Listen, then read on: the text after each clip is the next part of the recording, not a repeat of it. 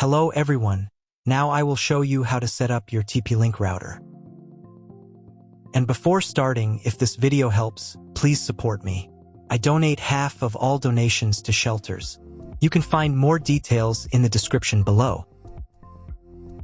So, first thing you need to do is turn on the router. Take the power adapter, plug one end into an outlet, and the other into the router.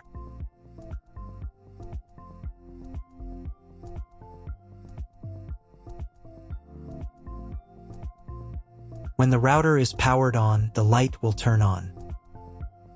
It may take a few minutes for it to completely turn on. Next, connect the cable from your broadband provider or from your modem to a special internet port. This port usually has a different color and labeled as WAN. Each cable should be inserted until it clicks. Now you need to reset the router to the factory settings. Press and hold the reset button on the router for 10 seconds. Until the indicator lights on the router begin to flash. Sometimes this button is located inside the router casing to avoid accidental pressing. In this case, use a thin object to press on it.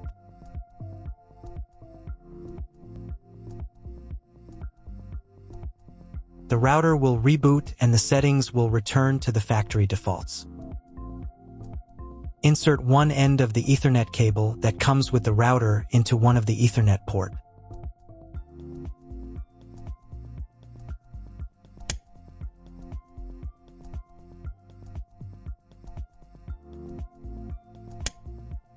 And the other into your computer's Ethernet port. Please wait a few minutes for connection. The router is now connected to your computer. Now you need to set it up. But first, I will show you another method for connecting the router if you do not have an Ethernet cable or your computer does not have an Ethernet port. Connect the router to the power adapter and your internet provider's cable. This will enable Wi-Fi. If the router is new and has never been configured, the Wi-Fi network will have the name of your router. Your router has its own Wi-Fi network name and password printed on a sticker. Connect to it. Great, you've connected to the router. Now let's start setting it up. First, open your web browser and visit the URL you see on the screen. Use the URL bar instead of the search bar. If the link doesn't open, or you see a page with a password that you don't know, it means that your router has already been configured and you need to reset it to factory settings. Then you can try to enter the router settings panel again. If your router settings do not look like mine, it means that your router has a different firmware. I made a video for every firmware type. You can find all the links in the description down below. So at first you need to set a password for the personal cabinet of your router. Click on Let's Get Started button.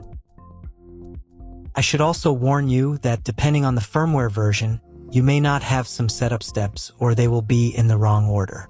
Trust me, you got this. Just watch the video and follow instructions. On the first screen, select your time zone. If you don't remember which one you have, select any and click Next. On the next page, select the type of internet connection. Usually it is specified in the contract with your broadband provider. If you don't know, you can try to click on the Auto Detect button. The router will try to identify what type you have. If it has failed, select Dynamic IP and click Next. Depending on what type of connection you have chosen in the previous step, this page may differ from mine. If you have selected Dynamic IP, then choose one of the options on this page. If your ISP only allows internet access to a specific MAC address, you need to clone the MAC address of the primary computer. If you are not sure about your Mac, select Use Default MAC Address and click Next. In most of the cases, there is no need to clone the MAC address.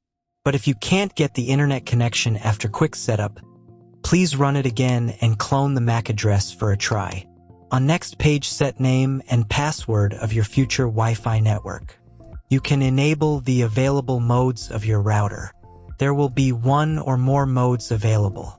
If there are several, enable them and enter for each network the name and password of your future Wi-Fi network.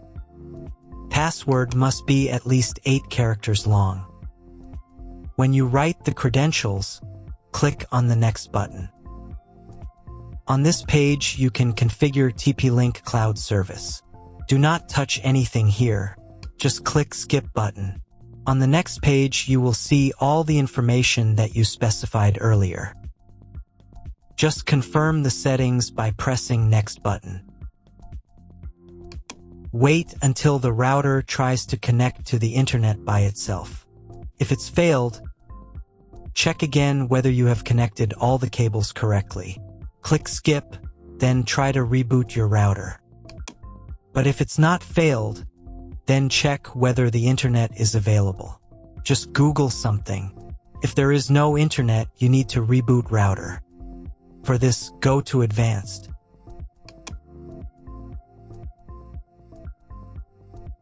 Next, select System. Select Reboot menu item and click on the Reboot button.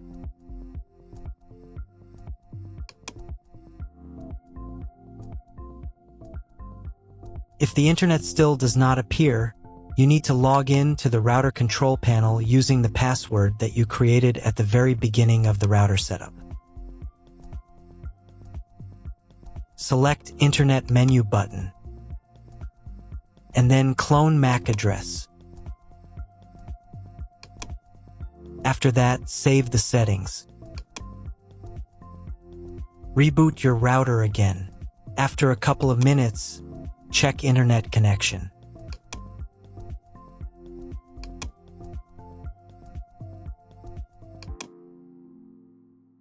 If internet still doesn't appear, contact your internet service provider.